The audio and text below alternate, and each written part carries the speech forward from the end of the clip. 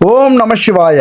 தென்னாடுடைய சிவனே போற்றி, எந்நாட்டவர்க்கும் இறைவா போற்றி. என் அன்பு கன்னிராசி நண்பர்களுக்கும் தோழிகளுக்கும் பிள்ளைகளுக்கும் பெரியவர்களுக்கும் வணக்கம். கன்னிராசி மிகப்பெரிய ஒரு சிக்கல்ல இருக்கீங்க இப்ப. ஏன்னா நமக்கெல்லாம் பிரச்சனை எங்க இருந்தாலும் நம்மளால தாங்க முடியும், அதை எதிர்த்து போராட முடியும். யாரு எதிர்த்தாலும் போராடுவோம். போராடி ஜெயிக்கிறோமோ தோக்குறோமோ அது அடுத்த விஷயம். ஆனா போராடுற வலிமை இருக்கும். அதாவது என்ன சொல்ல வரேன்னா, பிரச்சனைகள் வெளியில, ஒரு வேலை செய்யற இடத்துல, தொழில் செய்யற இடத்துல, அல்லது சமூகத்துல, வெளிநாட்டுல எங்க இருந்தாலும் எதிர்த்து போராட முடியும்.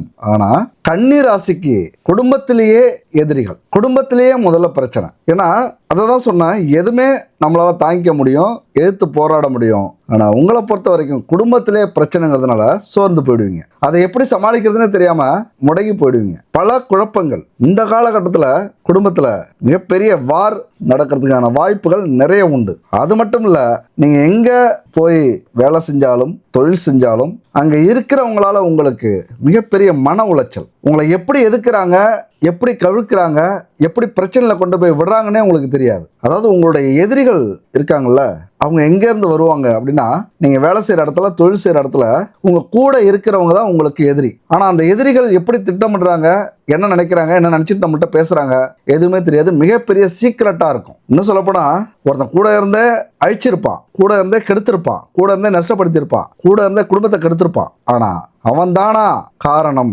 அப்படின்னு உங்களுக்கு தெரியாது. மிக சீக்கிரட்டாக இருப்பாங்க. அப்போ பாருங்க, கன்னிராசிக்கு பிரபஞ்ச அமைப்பின்படி இந்த வேலை செய்கிற இடத்துல, தொழில் செய்கிற இடத்துல பிரச்சனைகள், எதிரிகள், துரோகிகள் இருக்கும். ஆனால் இப்போ என்னாச்சுன்னா, குடும்பமும் அது கூட சேர்ந்துருச்சு. கட்டிய கணவன், கட்டிய மனைவி கலகம் செய்வார்கள் குடும்பத்தில். எப்பப்போ நடந்த பிரச்சனைக்கெல்லாம் இப்போ தீர்வு காண்றதுக்கு முயற்சி பண்ணுவாங்க, இப்போ பழி வாங்குவாங்க. ஏன்னா இது அவங்களுக்கான நேரம். ஏதோ ஒரு நேரத்தில் ஒரு கோபத்தில் பேசியிருப்பீங்க, ஒரு குடும்பத்துக்காக கஷ்டப்படுத்தியிருப்பீங்க, திட்டியிருப்பீங்க. ஆனால் அதெல்லாம் மனசில் வச்சுக்கிட்டு இப்போ வஞ்சனை தீர்க்கக்கூடிய ஒரு காலம். உங்களை புரிஞ்சிக்க முடியாத சூழ்நிலை. இன்னும் சொல்லப்போனால், குடும்பத்தை ரெண்டாக உடைக்கணும், இந்த கணவன் வேணாம், இந்த மனைவி வேணாம் அப்படின்னு மிகப்பெரிய உச்சக்கட்ட முடிவை கூட எடுக்கிறதுக்கான வாய்ப்புகள் உண்டு. ஏன்னா அப்படிப்பட்ட காலம் இது நடக்குது. ஏன், உங்களது களத்திரஸ்தானத்தில் சனி பகவான் இருந்து திருவிளையாடல்களை நடத்தி கொண்டிருக்கிறார். அவருடைய கர்ம வினையை தீர்த்துக்கிட்டு இருக்காரு. ஏதோ அறிந்தும் அறியாமலும் தெரிந்தும் தெரியாமலும் செய்த சகல குற்றங்களை மன்னிக்காம இந்த நேரத்துல பழி வாங்கணும் அப்படின்னு அவரும் கொஞ்சம் இறங்கிட்டார். அதனாலதான் என் அன்பு கன்னிராசி நண்பருடைய வாழ்க்கையில மிகப்பெரிய சோதனை கட்டத்துல இருக்கீங்க. போதா குறைக்கு துரோகிகள் ஒரு பக்கம், குடும்ப உறவு ஒரு பக்கம். என்ன செய்யறது, செய்வதறியாமல் திகைத்து போய் நிக்கிறீங்க. கடன்பட்டார் நெஞ்சம் போல் கலங்கினான் இலங்கை வேந்தன் அப்படிங்கிற மாதிரி கலங்கி போய் உட்கார்ந்துருக்கீங்க. காயம்பட்ட சிங்கம் மாதிரி கட்டுண்டு கிடக்குறீங்க.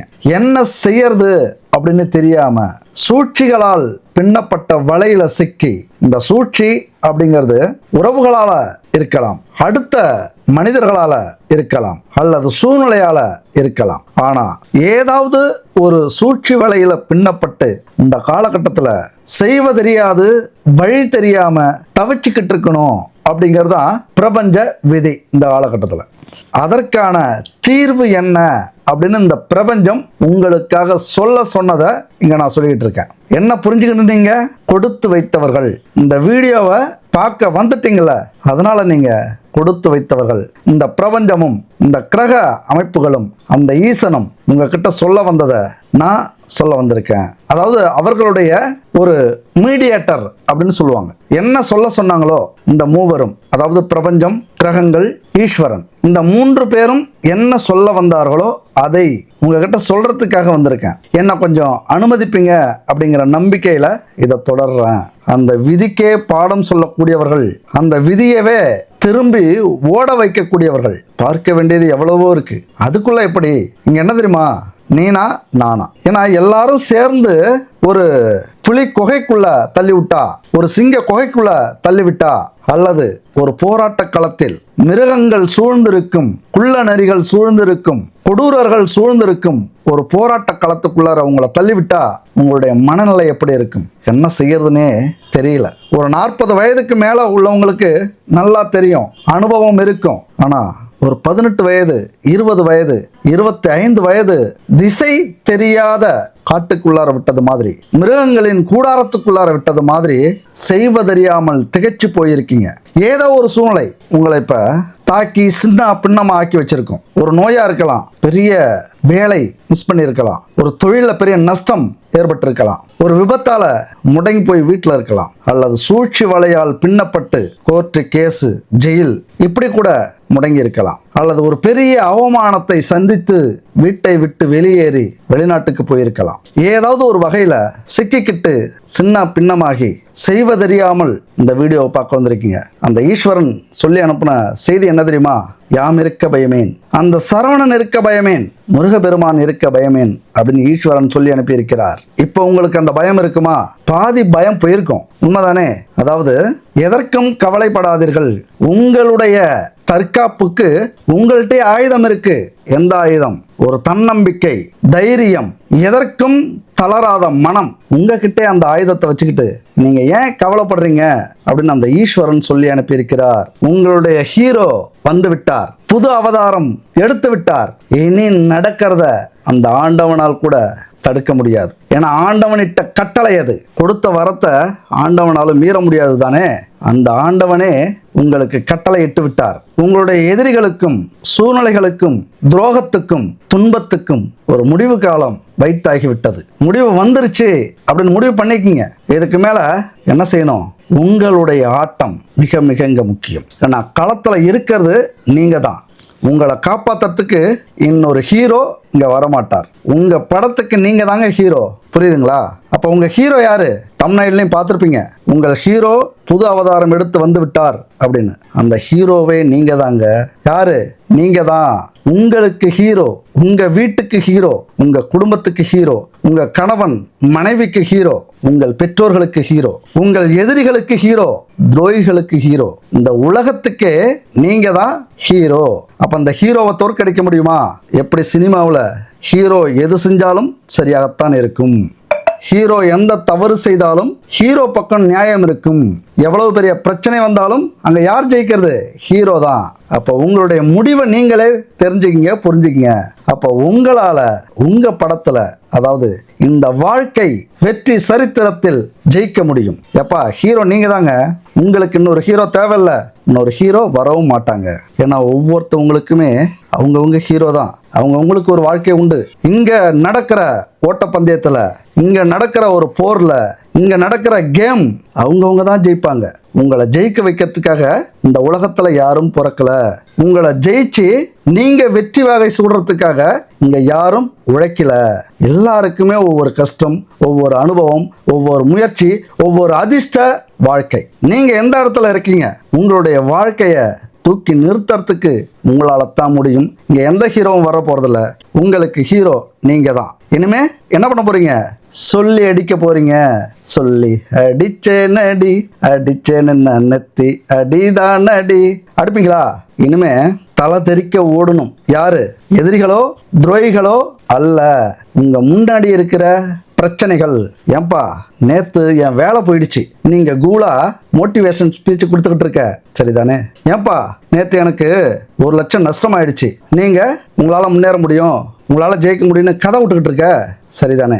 ஏன்பா நேத்து விபத்தாயி ஒரு காலில் காயம் அதிகமாக இருக்கு, இப்போ நான் ஹாஸ்பிட்டலில் இருக்கேன், நீ போய் எழுந்து நடந்து ஓடுங்க அப்படின்லாம் ஊக்கம் கொடுத்துக்கிட்டு இருக்க, சரிதானே? ஏப்பா நேற்று தான் குடும்பத்தில் பிரச்சனை நடந்து என் பொண்டாட்டி இல்லைன்னா என் கணவன் பிரிஞ்சு போயிட்டாங்க, இப்போ போய் நல்ல காலம் அதிர்ஷ்ட காலம் யோகம் வரப்போகுதுன்னு புலம்பிக்கிட்டு இருக்க, சரிதானே? அப்படி தானே சொல்ல வரீங்க? எது எப்படி வேணாலும் இருக்கலாம். இந்த பிரபஞ்சம் கொடுக்கும் சூசகம் என்ன? இந்த காலகட்ட கிரக அமைப்புகள் சொல்வது என்ன? இது ஒரு புதையல் மாதிரி. நீங்க ஜெயிக்க போறீங்க. நீங்க இந்த சூழ்நிலையிலிருந்து, இப்ப இருக்கிற இந்த கண்டத்திலிருந்து, இந்த வாழ்வா சாவா போராட்டத்திலிருந்து வெளியில வர போறீங்க அப்படின்னு சொல்றது மட்டும்தான் இந்த பிரபஞ்சத்தினுடைய வேலை, இந்த கிரக அமைப்புகளுடைய வேலை. என்ன சொல்ல வராங்க அப்படின்னா, எல்லாத்தையுமே உங்களுக்கு கொடுத்துட்டாங்க, அதைத்தான் சொல்ல வராங்க. இப்ப கடல்ல ஒரு நீச்சல் போட்டியில கலந்துக்கிறீங்க, அப்ப என்ன செய்வாங்க? பாதுகாப்பு கருவிகள் அத்தனையும் உங்களுக்கு கொடுக்கப்பட்டு விடும் இல்லையா? அதுபோலத்தான் இந்த களத்துல உங்களை தள்ளிவிட்ட அந்த இறைவனே உங்களுக்கான பாதுகாப்பாக தன்னம்பிக்கையும் தைரியத்தையும் தளராத மனதையும் கொடுத்து அனுப்பி இருக்கிறார்கள். அதைத்தான் இவ்வளவு நேரம் சொல்லிட்டு இருக்கேன். சரிங்க, என்ன விஷயம்? எப்படி எங்களுக்கு இந்த பிரச்சனையிலிருந்து மீள்றதுக்கான வாய்ப்புகள் இருக்கு? மேட்ருக்கு வாங்க. ஒன்றும் இல்லைங்க, இந்த காலகட்டத்தில் நான் இப்போ பேசுகிற அந்த நிமிஷம் ஒரே வீட்டில் 4 கிரகங்கள் உட்காந்து மீட்டிங் போட்டுக்கிட்டு இருக்காங்க. இவங்களுடைய வாழ்க்கையை எப்படி தூக்கி நிறுத்துறது, இவங்க பிரச்சனையை எப்படி தீர்க்கறது, இவங்க குடும்பத்தை எப்படி சேர்க்கறது, இவங்களுக்கு எப்படி நல்ல வேலை கொடுக்கறது, இவங்க தொழிலில் எப்படி லாபத்தை கொடுக்கறது, இவங்களுக்கு இப்போ என்னென்னலாம் தேவை அதெல்லாம் எப்படிலாம் கொடுக்கலாம், மிகப்பெரிய பயங்கரமான ஒரு மீட்டிங்கை போட்டுக்கிட்டு இருக்காங்க. 4 கிரகங்கள் ஒரே வீட்டில் 4 கிரகங்கள் மீட்டிங் போட்டுக்கிட்டு இருக்காங்க. அந்த 4 கிரகங்கள் என்னென்ன? அதாவது சுக்கிரன், சந்திரன், செவ்வாய், புதன். இந்த 4 கிரகமும் ஒரே வீட்டில் கூடி மிகப்பெரிய மீட்டிங். ஃப்ளாஷ் நியூஸ் தான். டடன் டடன் டடன் டடன் டடன்.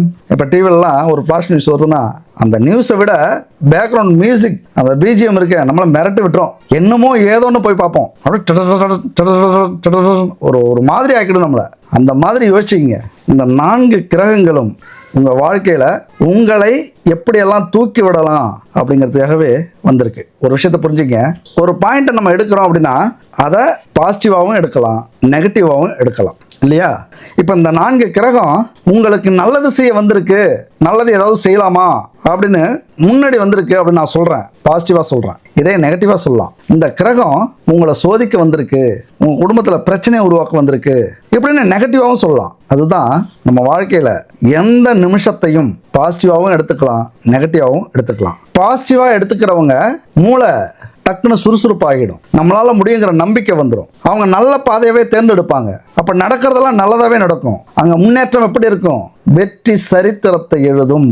அதே நெகட்டிவாக நீங்கள் எடுத்துக்கிட்டீங்க அப்படின்னா சிந்தனையெல்லாம் தப்பாகவே யோசிக்க தோணும், எடுக்கிற பாதையும் தப்பாகும், யாரையும் நம்ப மாட்டீங்க, குறுக்கு வழியில் மூளை வேலை செய்யும், அது பிரச்சனையை கொண்டு போய் கொடுக்கும். அதனால் நெகட்டிவாக எந்த விஷயத்தையும் எடுக்காதீங்க. இப்போ நான் ஒரு எடுத்துக்காட்டுக்கு தான் சொல்கிறேன். இந்த 4 கிரகங்கள் எப்படி வேணாலும் சொல்லலாம், ஆனால் நம்ம பாசிட்டிவாக எடுத்துப்போம். அப்போ இந்த 4 கிரகங்களும் சுக்கிரன், சந்திரன், செவ்வாய், புதன், இந்த 4 கிரகங்களும் உங்கள் வாழ்க்கையை தூக்கி நிறுத்தத்துக்காகவே வந்திருக்கு. இந்த 4 கிரகங்கள் உங்களுடைய தனம் வாக்கு குடும்ப வீட்டில் இருக்கிறார்கள், சேர்ந்திருக்கிறார்கள். எதுக்காக வந்திருக்காங்க?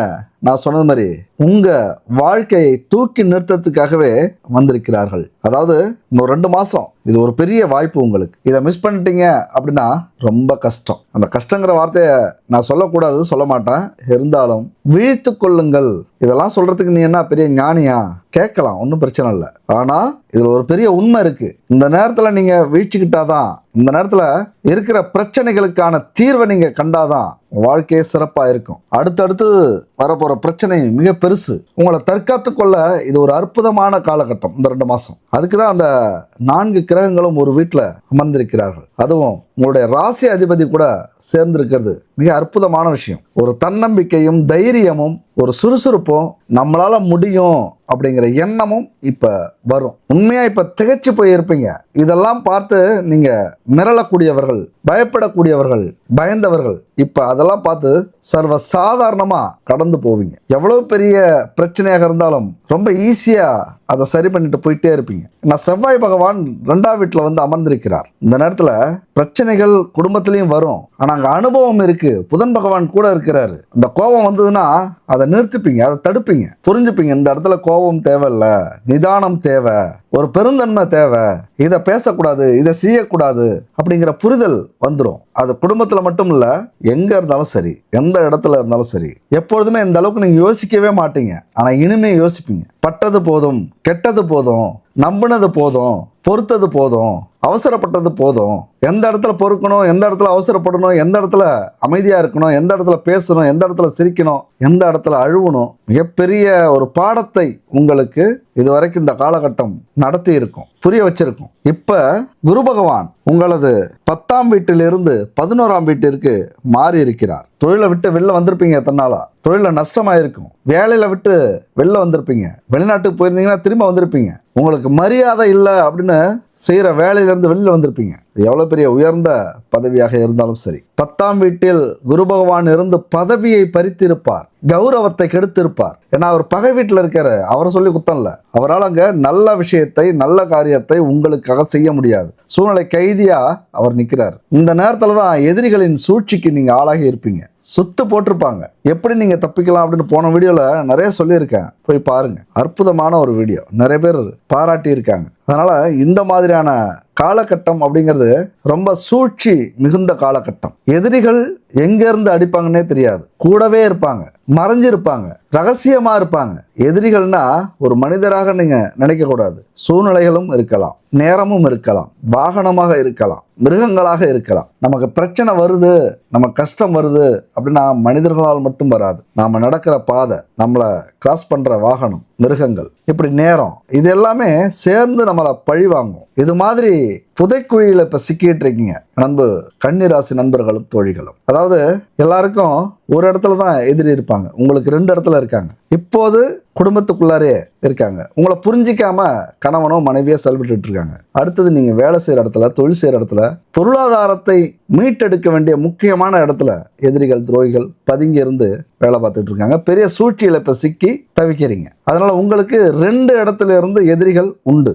இப்ப இந்த 4 கிரகங்கள் உங்களுக்கு அற்புதமான விஷயத்தை செய்ய வந்திருக்காங்க. திடீர் அதிர்ஷ்டத்தை கொடுக்கக்கூடியவர்கள் அஷ்டம வீட்டை பார்க்குறாங்க. இந்த அஷ்டம வீடுங்கிறது 2 விதமாகவும் நீங்கள் யோசிக்கணும். அதிர்ஷ்டத்தையும் கொடுக்கும், பெரிய ஆபத்தையும் கொடுக்கும். ஏன்னா அதிர்ஷ்டத்தை கொடுக்கணும்னு மட்டும் சொல்லிட்டு ஆபத்தில் அலட்சியமாக இருந்துடக்கூடாது. என்ன நீங்கள் புரிஞ்சுக்கணும் அப்படின்னா, இந்த அமைப்பை பொறுத்த வரைக்கும் மிக மிக எச்சரிக்கையோட நிதானத்தோட எந்நேரமும் எந்த விஷயம் செஞ்சாலும் ஓரளவுக்காவது சிந்திச்சு செயல்படக்கூடிய ஒரு காலகட்டம். சிந்திச்சு செயல்பட்டீங்க அப்படின்னா கண்டிப்பா வெற்றி மேல் வெற்றி கிடைக்கும். ஏன்னா செவ்வாய் பகவான் கூட இருக்காரு, எதற்குமே அஞ்ச மாட்டார். உங்களை எல்லா பாதையவும் கொண்டு போவார், உங்களுக்கு முன்னாடி இருக்கிற அத்தனை தடையவும் உடைக்கக்கூடியவர். அதே போல சூரியனும் அங்க இருக்கிறார். ஒரு நிதானம் இருக்கும், ஒரு தலைமை பண்பு இருக்கும், என்ன நடந்தாலும் பார்த்துக்கலாம் அப்படிங்கிற ஒரு தைரியம் இருக்கும். இந்த நேரத்தில் கொஞ்சம் முயற்சி பண்ணீங்க அப்படின்னா எந்த பிரச்சனை இருந்தாலும் வெளியில வந்துடலாம். எவ்வளவு பெரிய துரோகமா இருந்தாலும் கண்டுபிடிச்சிடலாம், எவ்வளவு பெரிய சூழ்ச்சியா இருந்தாலும் உடைச்சிடலாம். உங்களுடைய புத்தி அற்புதமா வேலை செய்யும். ஏன்னா புதன் பகவான் குடும்ப வீட்டில் இருக்காரு,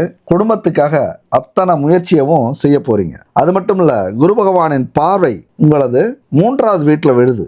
முயற்சி ஸ்தானம். நான் சொல்லுவேன், எல்லா வீட்டை விட, அந்த 12 வீட்டை விட இந்த முயற்சி ஸ்தானங்கிற 3வது வீடு நம்ம வாழ்க்கையில ரொம்ப முக்கியமான வீடு. கருவிலிருந்து இந்த இடத்துக்கு வந்தது வரைக்கும் என்ன காரணம்? இந்த முயற்சி தான் காரணம். எல்லா விஷயத்திலையும் முயற்சி இருக்கும், ஒவ்வொரு நிமிஷத்துலையும் முயற்சி இருக்கும் இல்லையா? குழந்தையா இருந்ததுல இருந்து இந்த ஏஜ், என்ன ஏஜா இருந்தாலும் இருக்கலாம், உங்களுக்கு என்ன வேணாலும் இருக்கலாம். இந்த ஏஜ் வரைக்கும் நீங்க எதுக்கா இருந்தாலும் முயற்சி பண்ணணும், எல்லா விஷயத்துக்கும் முயற்சி பண்ணணும். நிமிஷத்துக்கு நிமிஷம் முயற்சி பண்ணணும். நடக்கிறதுக்கு, பேசுறதுக்கு, வேலைக்கு போறதுக்கு, வேலை தேடுறதுக்கு, தொழில் அமைச்சிக்கிறதுக்கு, தொழில போராடுறதுக்கு, திருமணம் பண்ணிக்கிறதுக்கு, குழந்தை பிறக்கிறதுக்கு, இப்படி முயற்சிகள் இருந்துகிட்டே இருக்கும். ஒவ்வொரு நிமிஷமும் நம்முடைய முயற்சி ரொம்ப முக்கியம். அந்த முயற்சி வீட்டை இப்போது குரு பகவான் பார்த்து உங்களது அத்தனை முயற்சியும் ஜெயிக்க வைக்கிறதுக்காக போராட போகிறார். மிகப்பெரிய ஒரு போராட்டவாதியாக உங்களை மாற்ற போறார். போராட்டவாதினா போய் அரசியல்ல அதை சொல்லல, வாழ்க்கைங்கிற அந்த போராட்டத்துல உங்களால எல்லாமே முடியும். எதை வேணாலும் செய்யுங்க, சாதிக்கலாம், அல்லது இந்த பிரச்சனையிலிருந்து வெளியில வரலாம், அல்லது இதை சரி பண்ணலாம். இப்படி பல விஷயத்துக்கு அவர் உறுதுணையா இருக்க போறாரு. பொதுவா நீங்க எடுக்கிற அத்தனை முயற்சிக்கும் அவர் தைரியத்தையும் தன்னம்பிக்கையும் கொடுக்க போகிறார். அதுபோல 5வது வீட்டையும் குரு பகவான் பார்க்கிறாரு, பூர்வ புண்ணியஸ்தானம். இது வரைக்கும் போன கௌரவத்தை மீட்டெடுக்க போறீங்க. ஊரே அவமானப்படுத்தி இருக்கும், கூட இருந்தவங்க கிண்டல் பண்ணியிருப்பாங்க, 7 தலைமுறைக்கு நோண்டி எடுத்து வசை பாடி இருப்பார்கள், உங்க சந்ததியினரே திட்டி இருப்பாங்க, அவமானப்படுத்தி இருப்பாங்க. எல்லாத்துக்கும் ஒரு சரியான பதிலடியை கொடுக்க போறீங்க. குரு பகவான் அந்த வீட்டை பார்க்கிறாரு, கௌரவத்தை மீட்டு கொண்டு வருவீங்க. குழந்தை பாக்கியம் மிகப்பெரிய ஒரு அற்புதமான விஷயம். குழந்தை இல்லையேன்னு தவிச்சுக்கிட்டு இருந்த என் அன்பு கன்னிராசி நண்பர்களுக்கு இந்த ஒரு 2 மாசம் மிக சிறப்பான மாதம். தன்னுடைய உச்ச வீட்டிலிருந்து பார்க்கிறாரு. இந்த நேரத்தில் நீங்க என்ன முயற்சி பண்ணாலும் குழந்தை பாக்கியம் உண்டு. ஏற்கனவே குழந்தை இருக்குது, ஆண் குழந்தைக்காக முயற்சி பண்றீங்க, பெண் குழந்தைக்காக முயற்சி பண்றீங்க அப்படின்னா இந்த காலகட்டத்தில் முயற்சி பண்ணீங்க அப்படின்னா கண்டிப்பா உண்டு. நான் உச்ச வீட்டிலேருந்து பார்க்குறாரு, ஒரு அற்புதமான அமைப்பு. ஹாஸ்பிட்டலுக்கு போய் மருத்துவம் பார்த்து குழந்தை பெற்றுக்கலாம். இந்த நேரத்தில் வியாழக்கிழமை தாம்பத்திய வாழ்க்கையில் ஈடுபட்டீங்க அப்படின்னா கண்டிப்பாக குழந்தை பாக்கியம் உண்டு. முழு திருப்தியோட, முழு சந்தோஷத்தோட, நம்பிக்கையோட இருங்க. இந்த குரு பகவானின் அருள் உங்களுக்கு கிடைக்கும். குழந்தை இல்லாமல் அவமானப்பட்டவங்கள சந்தோஷப்பட வைப்பார் இந்த குரு பகவான். அடுத்து குடும்பஸ்தானத்தை குரு பகவான் பார்க்குறாரு. இதுதான் பெரிய ப்ளஸ்.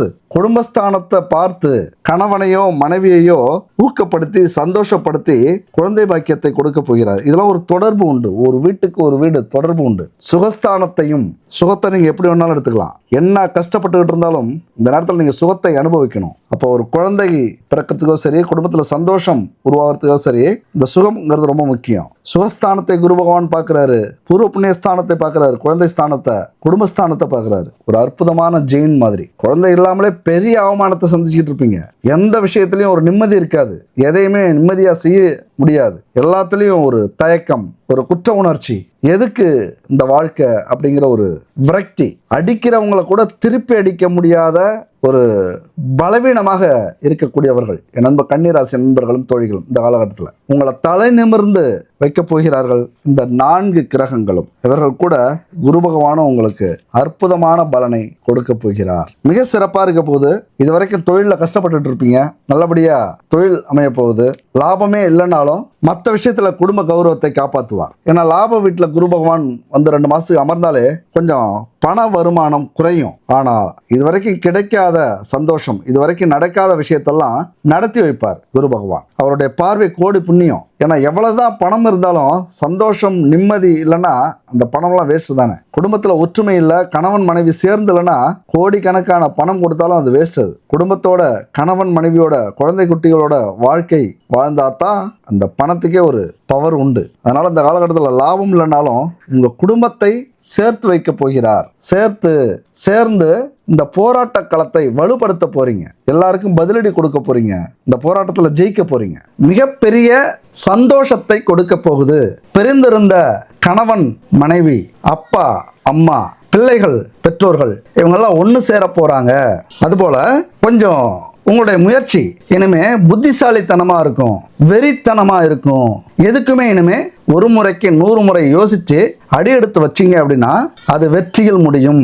இனிமே எதிரிய உங்களுடைய கோபத்தாலும், உங்களுடைய விவேகத்தாலும், உங்களுடைய உடல் வலிமையாலும் எதிர்க்க மாட்டீங்க. எப்படி எதிர்ப்பீங்க? அறிவாலும் தந்திரத்தாலும், உங்களுக்கு இருக்கிற அந்த நேர்மையாலும் இனிமேல் நீங்கள் எதிரிகளை எதிர்க்க போறீங்க.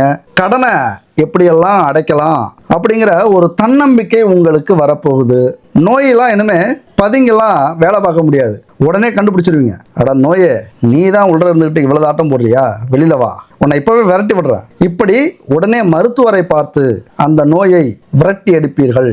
உங்களுடைய தைரியத்தையும் தன்னம்பிக்கையும் இனிமே அறிவுபூர்வமாக செயல்படுத்தி அதில் வெற்றியை காண்பீர்கள்.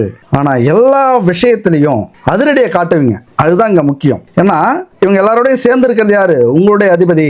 வெறித்தனமா செயல்பட போறீங்க. உங்க முன்னாடி இந்த தடை போட்டவங்க, துரோகம் பண்றவங்க, எப்படியாவது கெடுக்கணும்னு நினைக்கிறவங்க, எப்படியாவது வீழ்ந்து போக மாட்டானான்னு நினைச்சவங்க, எப்படியாவது இந்த அவமானம் நிலைச்சு போய் இவன் தலை காட்டாமலே கடந்துட மாட்டானா அப்படின்னு நினைச்சு சந்தோஷப்பட்டவங்களுக்கு எல்லாருக்குமே மிகப்பெரிய ஒரு பதிலடியை இந்த கிரகங்கள் கொடுக்க போகிறது. அதாவது முயற்சி நெருப்பா இருக்கும், குடும்பம் உங்க முன்னேற்றத்துக்கு துணையா இருக்கும். உங்களது கணவனும் மனைவியும் இணைஞ்சு நான் இருக்கேன், யாம் இருக்க பயமேன் அப்படின்னு தோள் கொடுப்பாங்க. ஒரு விஷயம் என்ன தெரியுமா? குடும்பத்தை பொறுத்த வரைக்கும் ஒரு துரதிர்ஷ்டம். ஏன்னா குடும்பத்தோட ஒட்டவே மாட்டீங்க.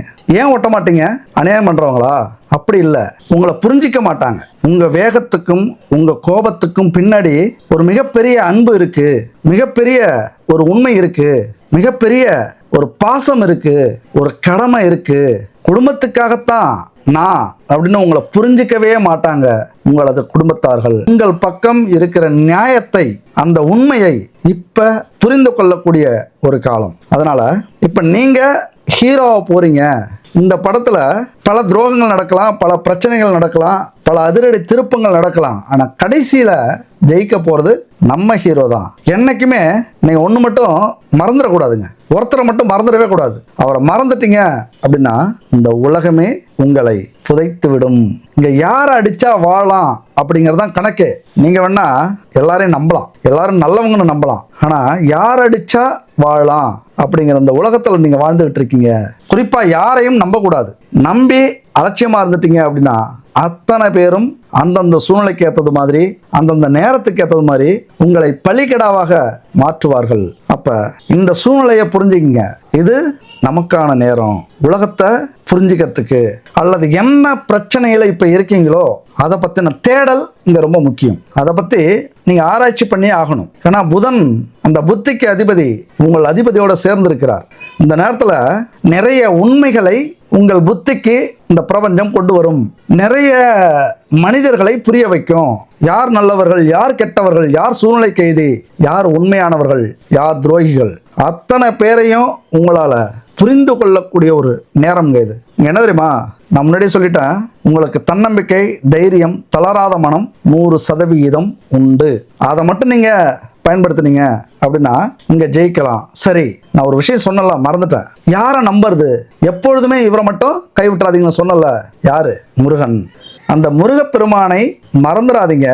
ஏதாவது ஒரு காலகட்டத்தில் ரொம்ப கஷ்டப்படுறீங்க, ரொம்ப போராடிக்கிட்டு இருக்கீங்க, எல்லாரும் துரோகம் பண்ணிட்டாங்க, வேலை போயிடுச்சு, தொழில பெரிய நஷ்டம், இனிமே வாழவே முடியாது, எல்லாமே கைவிட்டு போயிடுச்சுன்னு நினைக்கும் போது ஒரு அசிரி மாதிரி ஏதாவது ஒன்று உணர்த்தும். அந்த முருகப்பெருமான் ஏதாவது ஒரு வகையில் என்னை வந்து பார், நான் இருக்கேன் உனக்கு, ஒரு மணி நேரம் என் சன்னதிக்கு வா, முடிஞ்சவங்க திருச்செந்தூர் போயிட்டு வாங்க, முடிஞ்சவங்க சாமிமலைக்கு போயிட்டு வாங்க, அப்படியே முடிஞ்சா திருத்தணி, திருப்பரங்குன்றம், இப்படி 6 படை வீடுகளுக்கு ஏதாவது ஒரு வீட்டுக்கு வருஷத்தில் ஒரு நாளாவது போயிட்டு வாங்க. இல்லைன்னா நீங்கள் இந்த மாதிரி கஷ்ட காலம் இருக்கும்போது போயிட்டு வாங்க. அப்படியே முடியலையா, உங்கள் வீட்டு பக்கத்தில் ஊருக்கு கோவில் உண்டு, அங்கே முருகன் இல்லாத கோவில் இருக்காது, போயிட்டு வாங்க. அப்படியே முடியல, என் கால் செயல்படலை, என் கை செயல்படலை, நான் என்ன செய்யறதுன்னு தெரியல, எனக்கு வெளியிலே போக முடியல, ஒன்றும் இல்லைங்க, வீட்டில் ஒரு முருகன் போட்டா இருக்குமா? வேண்டாம். ஒரு விளக்கு, தெய்வம் கூட, விளக்கு கூட இல்லாத வீடு இருக்காது. நான் அந்த நம்பிக்கையில் சொல்கிறேன். கண்டிப்பாக பெண்கள் இருப்பாங்க, வீட்டுக்கு வீடு, அவங்க ஒரு விளக்கு வச்சுருப்பாங்க, தீபம் வச்சுருப்பாங்க, அதில் ஒரு எண்ணெயை ஊற்றி அல்லது நெய்யை ஊற்றி, இங்கே தரமான சுத்தமான எண்ணெய், நெய் ரொம்ப முக்கியம், அதை ஊற்றி தீபம் ஏற்றுங்க. ஏன்னா சில பேர் வீட்டில் இன்றைக்கும் பூஜை அறை தனியாக இருக்காது, சாமி போட்டாலும் வச்சுருக்க மாட்டாங்க அதிகம்.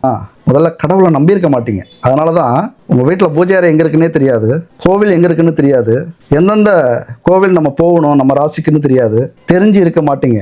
ஆனால் சில நேரத்தில் இந்த வாழ்க்கை அப்படிங்கிற ஒரு உலகம் இருக்குல்ல, இது கொண்டு போய் தானாக நம்மளை தள்ளிவிடும். உங்களை பொறுத்த வரைக்கும் வாழ்க்கையினுடைய கடைசி காலகட்டத்தில் கடவுளையும் தெய்வங்களையும் நம்ப ஆரம்பிப்பீங்க. அந்த நேரத்தில் நம்பிட்டீங்க அப்படின்னா கடைசி வரைக்கும் கைவிட மாட்டீங்க. வாழ்க்கையினுடைய மிக முக்கியமான காலகட்டத்தில் தான், அதாவது எல்லாத்தையும் இழந்ததுக்கு அப்புறம் தெய்வங்களை தேடக்கூடியவர்கள். அப்போ கண்டிப்பாக பூஜை அறையில் சாமி படம் இல்லைன்னா, முருகன் படம் இல்லைன்னா, அல்லது பூஜை அறையே இல்லைன்னா ஒரு இடத்துல தீபத்தை ஏற்றி வச்சுக்கிங்க. முடிஞ்சா சூடம், சாம்பிராணி, அகர்பத்தி, அதில் பஞ்சகாவியத்தில் உங்கள் வசதிக்கு ஏற்றது மாதிரி தரமான பூஜை பொருட்களை வாங்கி வச்சுக்கிங்க. அப்படி உங்களுக்கு கிடைக்கல அப்படின்னா இங்கே இருக்கிற நம்பரை கான்டாக்ட் பண்ணுங்க. ஜெய்ஷான் குட் பேபி 9043688626. எல்லா விதமான பூஜை பொருட்களும் வச்சுருக்காங்க, தரமான பூஜை பொருட்கள். நான் யூஸ் பண்ணி பார்த்துருக்கேன், அவங்க கூட டைப் வச்சுருக்கோம். கண்டிப்பாக நீங்கள் பயன்படுத்தி பாருங்கள். அது மட்டும் இல்லை, உணவுப் பொருட்கள், குடும்பத்துக்கு தேவையான உணவுப் பொருட்கள், தானியங்கள், இயற்கை முறையில் கிடைக்கிற தானியங்களை வச்சு கலப்படமே இல்லாமல், ப்ரெசர்வேட்டிவ் யூஸ் பண்ணாமல், மசாலா, பிக்கிள், அதுபோல் சத்து மாவு, வெயிட் லாஸ் பவுடர், இப்படி பலவிதமான பொருட்கள் தயார் பண்ணி சேல்ஸ் பண்ணிட்டு இருக்காங்க. அவங்கள்ட்ட நீங்கள் பூஜை பொருட்கள் வாங்கிக்கிங்க. சரி, ஒரு தீபத்தை ஏற்றி உங்களுடைய முருகப்பெருமானின் மந்திரம் ஓம் சரவண பவ, ஓம் சரவண பவ எப்படி சொல்லணும் தெரியுமா? அவசரப்படக்கூடாது, பயப்படக்கூடாது, பதட்டப்படக்கூடாது, மனசை ஒருமுகப்படுத்தி 1 மணி நேரம் நம்ம முருகன்கிட்ட மன்றாடுவோம். பொறுமையாக சொல்லுங்கள். உங்களால் எத்தனை முறை சொல்ல முடியுமோ கணக்கு இல்லை. உங்களுக்கு தேவைப்படுற அந்த பலனுக்கு ஏற்றது மாதிரி, எனக்கு இவ்வளவு சொன்னால் போதும் எல்லாரும் சொல்லுவாங்க. நானும் சொல்லியிருக்கேன், 27 முறை சொல்லுங்கள், 54 முறை சொல்லுங்கள், 108 முறை சொல்லுங்கள் அப்படின்ட்டு. இங்கே என்ன சொல்ல வரேன் அப்படின்னா, உங்களால் முடிகிற வரைக்கும் உங்களுக்கு தேவைப்படுற அளவு, நீங்கள் நம்பிக்கை எந்த அளவுக்கு வச்சுருக்கீங்களோ அந்த அளவுக்கு ஓம் சரவண பவ, ஓம் சரவண பவ, ஓம் சரவண பவ, இப்படி உங்களால் எத்தனை முறை சொல்ல முடியுமோ அத்தனை முறை இந்த மந்திரத்தை உச்சரியுங்கள். நம்பிக்கையோட இந்த மந்திரத்தை உச்சரிச்சுட்டு நீங்கள் என்னென்னலாம் கேட்கணுமோ, என்னென்னலாம் சொல்லணுமோ அன்பால் பேசுங்க. முருகன் முன்னாடி உங்கள் முன்னாடி இருக்கிறது மாதிரி நினச்சிக்கிட்டு பேசுங்க. உண்மையிலேயே இன்னைக்கு முருகனை நம்புறவங்க அல்லது முருகனால் பலன் அடைஞ்சவங்க கோடிக்கணக்கான பேர் இருக்காங்க. நீங்களும் பேசுங்க, உங்களையும் கைவிட மாட்டார். என்ன முருகா இப்படி பண்ணிட்ட, நம்பி இருந்தீங்க அப்படின்னா உங்களைத்தானே நம்பினேன். நம்பலைன்னா என்னை மன்னிச்சிக்க முருகா, இது வரைக்கும் நான் நம்பாமல் விட்டுட்டேன், இனிமே நம்புகிறேன், என்னை கைவிட்டுறாத, எது நடந்தாலும் என்னை கைவிட்டுறாத, எனக்கு நேராக வந்து நீ பிரச்சனையை தீர்க்க வேணாம், நான் பார்த்துக்கிறேன். ஆனால் அந்த தன்னம்பிக்கை, தைரியம், தளராத மனதை எப்பொழுதுமே இருக்கிறது மாதிரி செஞ்சிரு, என் கூட நில்லு, நான் பார்த்துக்கிறேன். இப்படி உங்களுக்கு என்னெல்லாம் தோணுதோ அதை பேசி வேண்டிக்குங்க. அந்த முருகன் உங்களையும் கைவிட மாட்டார். எப்பொழுதுமே ஒன்று புரிஞ்சுங்க, வாழ்க்கையில் இந்த துன்பங்களும் துயரங்களும் கஷ்டங்களும் வருது அப்படின்னா அதெல்லாம் நம்மளால் தாங்க முடியும், அதை ஜெயிக்க முடியும், அது கூட போராடி வெற்றி பெற முடியும் அப்படிங்கிற நம்பிக்கையில் தான் இந்த பிரபஞ்சம், இந்த கடவுள், இந்த உலகம் நமக்கு அந்த பிரச்சனை எல்லாம் கொடுக்குது. அதனால் உங்களாலையும் வெற்றி பெற முடியும். கண்டிப்பாக நீங்கள் ஜெயிப்பீங்க. அடுத்த ஒரு அற்புதமான வீடியோவில் சந்திப்போம். நன்றி, வணக்கம்.